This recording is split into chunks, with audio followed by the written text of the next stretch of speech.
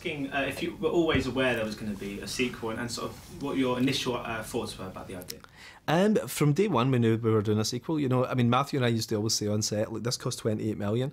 It really only has to make a wee bit more than that back, and we'll do a sequel. You know, somebody's going to have to completely fuck up, you know, for there not to be a sequel. And the movie was brilliant. You know, the first film couldn't have worked out better. Gene Goldman did the most amazing screenplay.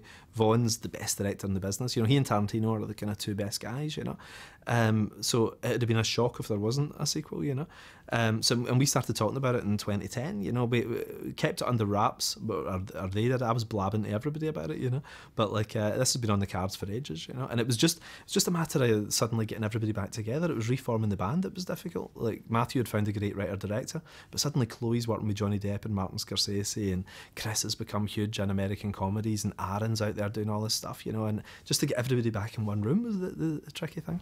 And did you feel yourself getting sort of almost protective over the material? Were you ever on set sort of going on like that? Totally, yeah. I mean, not so much on set. I think you can always tell if something's going very wrong at script stage. You know, you can sort of smell it going wrong. But luckily, Jeff was great. I mean, Matthew handpicked Jeff because he was so good. And, you know, as soon as I saw the script, I thought, oh, I can relax. I was a bit nervous about an American because I thought, you know, it's such a British thing, Kick-Ass. That's what makes it different. It's got a different accent from Spider-Man and all that. You know, those things are very, very much what you'd expect from a superhero movie, where we take it off in an unusual direction. But Jeff just got it. You know, it was just hilarious and frightening and all the things we wanted it to be. And did you ever any thought yourself about getting involved in the screenplay? Or were you always quite happy to?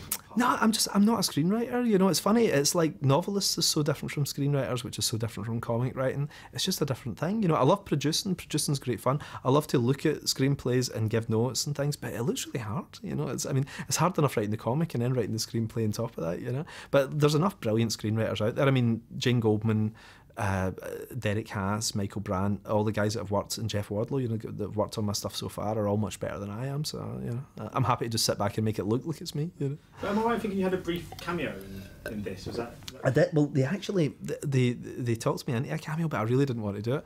I always think, I know I'd ruin the movie for my family if I was in it. Like, all my pals would suddenly feel they weren't watching a Hollywood film. It'd be like, if I'm in it, they're like, what's going on? This, you know.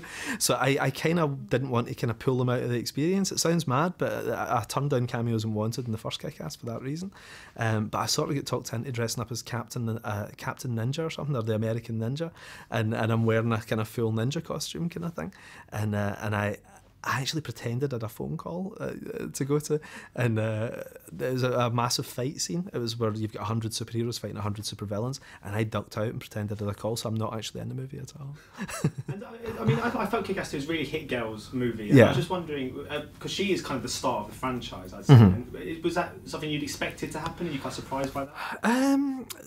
No, funnily enough, when I first came up with Kick-Ass, you know, it was originally about Hit Girl. Like, Kick-Ass wasn't in it originally. Like, when I first put it together in 2006, like a couple of years before it came out, I was doing this thing called Big Daddy and Hit Girl, and like, I felt she was too much of a outrageous character to be the lead. So she felt like if she was in a situation, she could handle it. So there was no drama, so I had to create another character, because I wrote two issues where it was just Hit Girl, and I thought, no, this isn't right. You know, like, I'm never worried about her because I know she can take care of it. She's the person who comes in and solves the problem. Like, imagine Star Wars had been about Han Solo, you wouldn't have been that worried. You had to have the farm boy learning how to become a hero. So then I wrote Kick-Ass, I created him, and then took him on that journey instead. So I don't know, I think Kick-Ass is still the through line of it all. I mean, Kick-Ass 2 Hit Girl's got a lot of stuff in it, but it's still his. Everything hangs on him, you know. It's his family that's impacted and so on. Really, you know, he's the main character at the beginning and the end of the movie. So he's our Luke Skywalker, really. Although he's the least cool guy, I guess, because he can do less than she can.